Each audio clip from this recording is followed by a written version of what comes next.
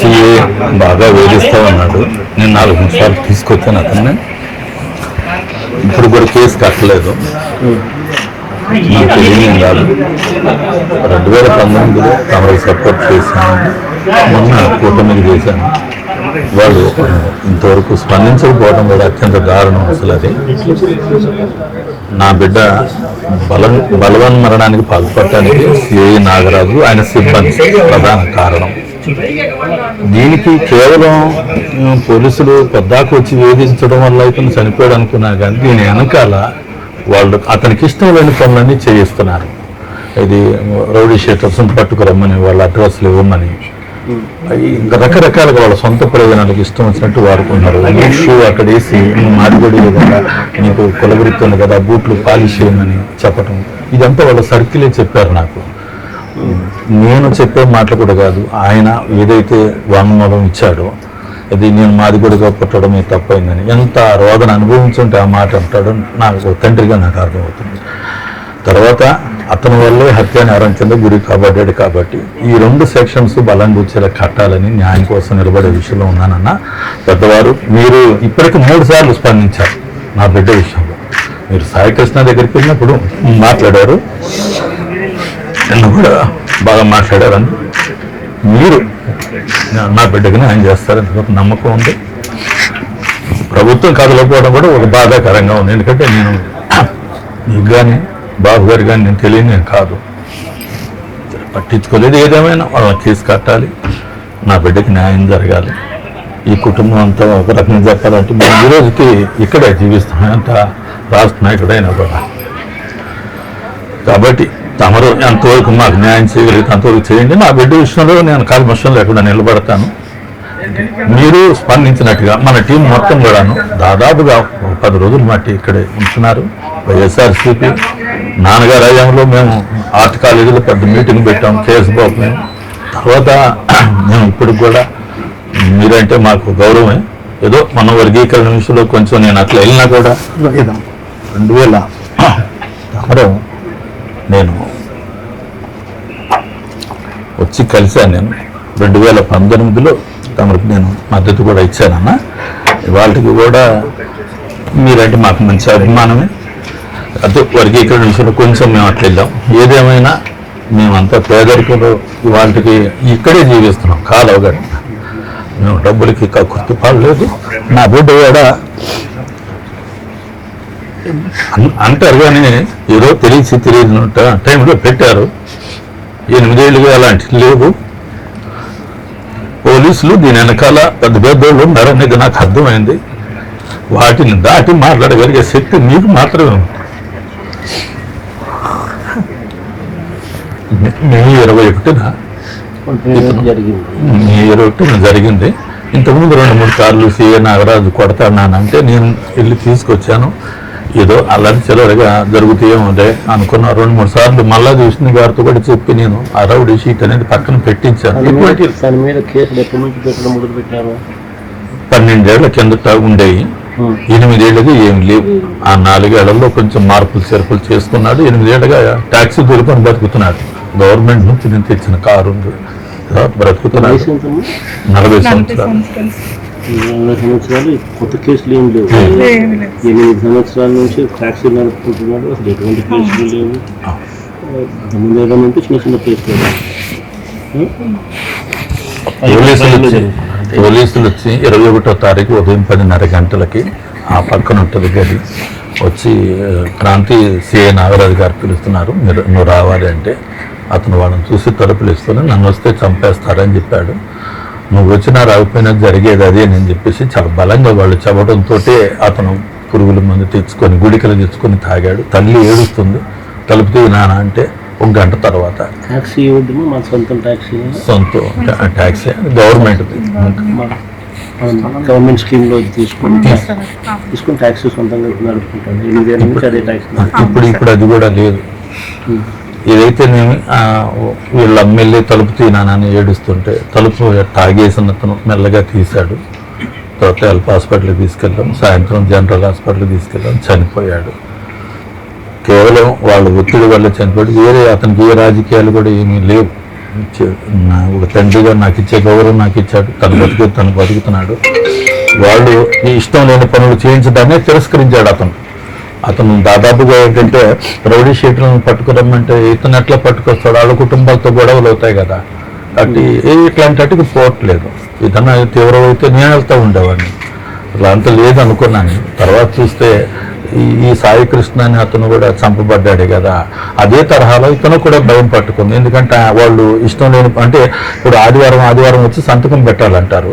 ఆ సంతకాలు వాళ్ళు పట్టించుకోరు. కానీ వాళ్ళు చెప్పిన పని చేయకపోతే ఆదివారం పేరుతో తిరగేసి ముగ్గురు కలిసి 3 టైర్ బెల్ట్లు పట్టుకొని కొడతా ఉంటుంటే అతడు తగరాని చోట తగిలి చచ్చిపోయే పరిస్థితి కూడా. ఇంత భయంకరమైన స్థితిలోనే అతను చనిపోవటం అనేది జరిగింది. మరి నేను కేసు పెట్టి కూడా నెల 8వ తారీఖు నాడు పెట్టాను. నేను ఇంతవరకు ఆ కేసు కట్టింది కూడా లేదు ఇప్పటి వరకు కూడాను. నేను దళిత సంఘాలు మొత్తాన్ని తీసుకుని వెళ్ళి మళ్ళీ సిపి గారిని కలిసి మళ్ళీ కేసు పెట్టమని చెప్పేసి గట్టిగా ఒత్తిడి చేశామన్నా. మరణవాంగ్మూలంగా వీళ్ళు అసలు దాన్ని చీట్ కూడా చేయలేదు.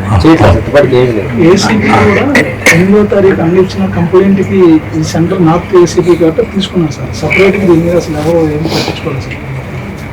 నా బిడ్డ 2 మాటలు చెప్పాడన్న. నేను మాదిగ కులంలో పుట్టడమైనా నేను చేసిన తమరినే ఉంటారు. రెండోది, నన్ను బలవన్మరణానికి పాల్పడటానికి సిఏ నాగరాజు ఈ ఆత్మహత్య చేసుకోవడానికి కారణం. ఈ 2 కేసులు బలంగా కట్టాలి. సిబిఐ విచారణ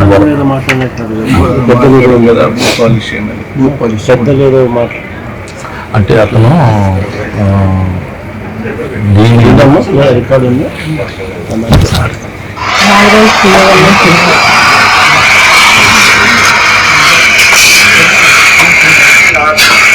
నా చావు కారణం కృష్ణనారాయణ గారు.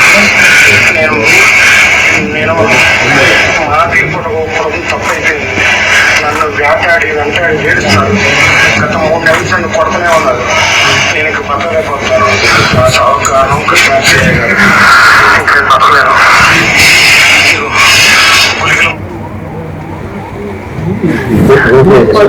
వాళ్ళ అమ్మగారు చెప్పేవాడు సార్. 3 నెలలుగా తిరుగుతూ ఉన్నప్పుడు ఇంట్లో 3 నెలల నుంచి కొట్టేవాళ్ళు అని చెప్పి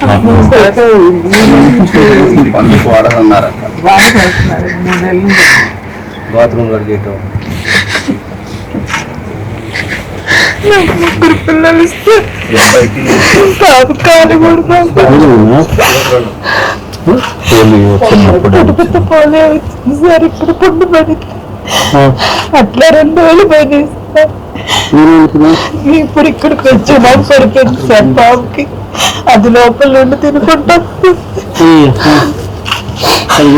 చూపిస్తున్నారు సార్. ఎక్కడ చూపిస్తున్నారు?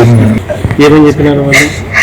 అంటే కొంచెం ఏజ్ అనేది వచ్చాక చేస్తామన్నారు సార్. కాకపోతే మురిగిపోయింది బాగా. ఏళ్ళు పోయింది. పుట్టుకలో చిన్న కణితలాగా వచ్చింది సార్. ఇక్కడ వెనక ఈ మీద కణితలాగా వచ్చింది. అది తీసేసాక నరం అనేది ఏంటో లోపల ఇదైపోయింది. పిల్లవాడు నడుస్తుంటే ఆ ఏళ్ళు కొట్టుకుపోయి ఇక అట్లా లోపల ఇన్ఫెక్షన్ అవుతా వస్తుంది సార్. ఏ హాస్పిటల్కి వెళ్ళేదాని సొల్యూషన్ తెలియట్లేదు. అసలు మన ప్రభుత్వం వచ్చిన తర్వాత ఇది SC ST atrocities case book చేసి గవర్నమెంట్ తరఫు నుంచి మన పిల్లలకి రావాల్సిన బెనిఫిట్స్ అన్నీ వచ్చేటట్టు 5 సెంట్ల స్థలం ఇప్పిస్తాను.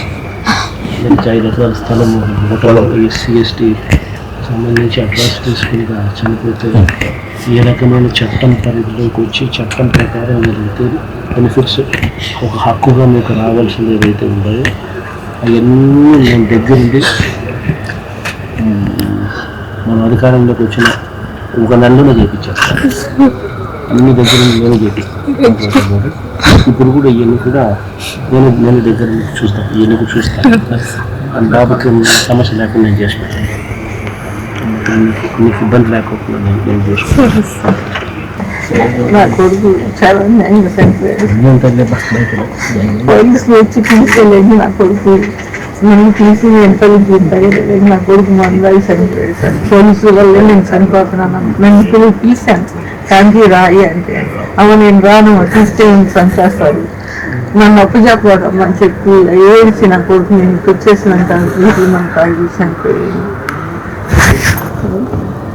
పోలీసులు బూట్లు చూడమంటారు, బూట్లు చూడమంటారు, మాదిరి దగ్గర బూట్లు చూడమంటారు, బాత్రూమ్ కడిగేసి అవన్నీ చేసేసారని నా కొడుకు నాకు చెప్పేది, నాకు చెప్పి బాధపడుతూ ఉండేవాడండి. అసలు అటు వెళ్ళి తీసుకెళ్ళేది ఇంకొచ్చి చెప్తే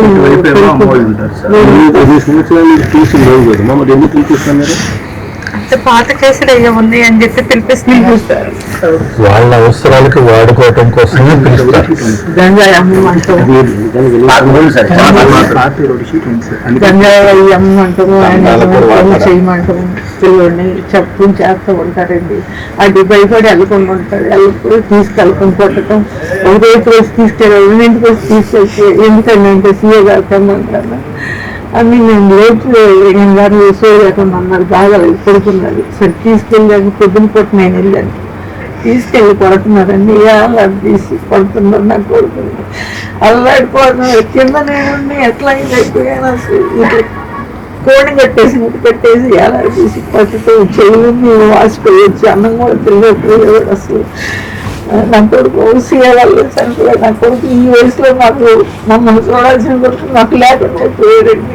7 సంవత్సరాల కింద కేసులు ఏదో ఉన్నాయని చెప్పినారు. అది ట్రయల్ జరుగుతుంది, అవన్నీ నేను తీర్పిచ్చేసాను. ట్రయల్ జరుగుతుంది. లేదు అసలు ఏం కేసు లేదు, నేను గవర్నమెంట్ తీర్పిచ్చేసా. అది శిక్ష పడింది లేదు అసలు. ఏ కేసు అన్ని కేసులు కూడా కొట్టారు. 8 సంవత్సరాల నుంచి కొత్తగా ఒక కేసు లేదు.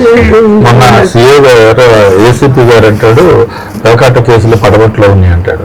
అసలు ఇవన్నీ మీరు ఇప్పుడు ఏదో కావాలని తీసుకొచ్చే అంతేగాని అసలు మర్డర్ లాంటి కేసులు కాదు. మీరు వీటిని ఇట్లా చూపించడం కూడా కరెక్ట్ కాదని నేను చెప్పాను. నేను కానీ ఏదేమైనా నా వాగ్మూలం తీసుకున్నారు. బాగా డిలే అవుతూ ఉంది. ఆ బిడ్డకి న్యాయం చేసే విషయంలో మీరు కొనుక్కుంటే ఎంతో కొంత న్యాయం జరుగుద్దని మాకున్న ఆశన. మీరు అన్నట్లుగా ఎస్సీ ఎస్టీ యాక్ట్ కట్టాలి, వాళ్ళు హత్యానారాయణ కూడా కట్టాల్సిందే. ఆ రోజు నుంచి ఈ రోజు వరకు ఏమైతే అసలు మనిషి కావట్లేదు. ఆ పిల్లల పరిస్థితి చూస్తే మా జీవితాలు అంతంత మాత్రమే. నేను ఆ ఉద్యమాల్లో తిరుగుతూనే ఉంటాను. రాగాంధీ అంటే వెళ్ళమని తరమని చెప్పి నా కొడుకు మాకు లేకుండా అయిపోయాడు. మమ్మల్ని బతికించాల్సిన కొడుకు లేకుండా అయిపోయాడు.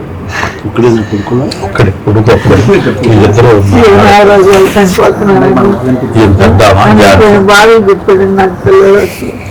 పోలీస్ స్టేషన్ నా కొడుకు చనిపోయాడు, సీఎం నాగరాజు నా కొడుకు చనిపోయాడు. మీరు వచ్చారు, చాలా ఆనందం. మీరు వచ్చి సంతోషపెట్టారు మమ్మల్ని. మీరే మాకు న్యాయం చేయండి. మీరు